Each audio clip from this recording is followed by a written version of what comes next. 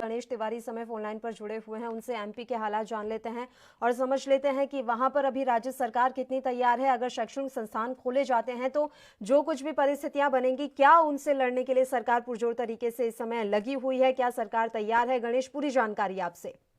पल्लवी, मैं बता दूं, देखिए कि बड़े दिनों के बाद करीब 5-6 महीने जहां तक स्कूल पूरी तरह से बंद थे, ऐसे में अब केंद्र सरकार ने एक आदेश दिया है 15 अक्टूबर से स्कूल खोले जाने का।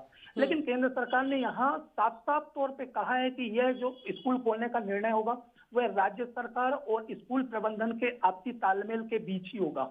हालांकि राज्य सरकार का बार बार यही कहना है कि वह पूरी तरह से तैयार है, लेकिन स्कूल प्रबंधन और राज्य सरकार के बीच में अभी आपसी तालमेल नहीं बन पा रहा है, क्योंकि कुछ जो गाइडलाइन है उसमें गाइडलाइन में साफ तौर पर कहा गया है केंद्र सरकार की तरफ से कि बच्चों को किसी तरह से स्कूल आने के लिए फोर्स नहीं किया जा सकता है।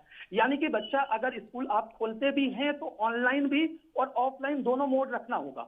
ऑनलाइन मोड के तहत स्कूल प्रबंधन और राज्य सरकारों के बीच अभी आपसी तालमेल नहीं बन पा रहा है, क्योंकि जो उनके एक्सपेंसेस हैं और खर्चे हैं उनको लेकर अभी राज्य सरकार ने किसी तरह से ऐसा कोई निर्णय नहीं लिया है कि किस तरह से और कैसे किया जाएगा। हालांकि इस राज्य सरकार और केंद्र सरकार का अभी आपसी 14 तारीख को एक बार वापस से कैबिनेट की मंत्रालय की मीटिंग होने जा रही है। उसके बाद ही निर्णय लिया जा सकेगा कि किस तरह से और कैसे स्कूलों का गाइडलाइन के तहत खोला जाएगा। लेकिन राज्य सरकार का यहाँ पर अभी भी यही कहना है कि वो स्कूल खोलने के लिए पूरी तरह से तैयार है और सच्चा में जो गाइडलाइन केंद्र सरकार के द्वारा जारी की गई है उनका पूरी तरह से अनुकूलन करते हुए स्कूल खोले जा सकेंगे। ठीक है गणेश, अब अगर हम जमीनी हकीकत की बात करें तो क्या वाकई में सूबे में इस तरह की हालत है कि वहां पर अभी शैक्षणिक संस्थानों को खोला जा सके?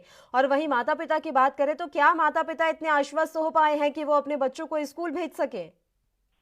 देखिए पल्लवी, मैं आपको बता दूं कि अभी कोरोना मध्य प्रदेश में किसी तरह से खत्म नहीं हुआ है। ये अलग बात है कि राजनीतिक जो दरमियान है वहां राजनीतिक गलियारों में राजनीतिक चमकने लगी है, उसकी वजह से सरकारें जो हैं लगातार हर चीजों को खोलने के लिए तैयार हो रही हैं, क्योंकि लगातार जो लोग हैं, रहवासी हैं और परिजन हैं, वो लगातार ये कहते नजर आ रहे थे कि राज्य सरकार चुनाव के लिए हर चीज खोलने को मजबूर है। लेकिन जो पहले अगर हम मंदिर की बात करें या स्कूल की बात करें तो उनको लेकर लगातार सवाल उठ रहे थे। लेकिन अगर अभी हम बात करें तो कोरोना का कहर लगातार बढ़ रहा है।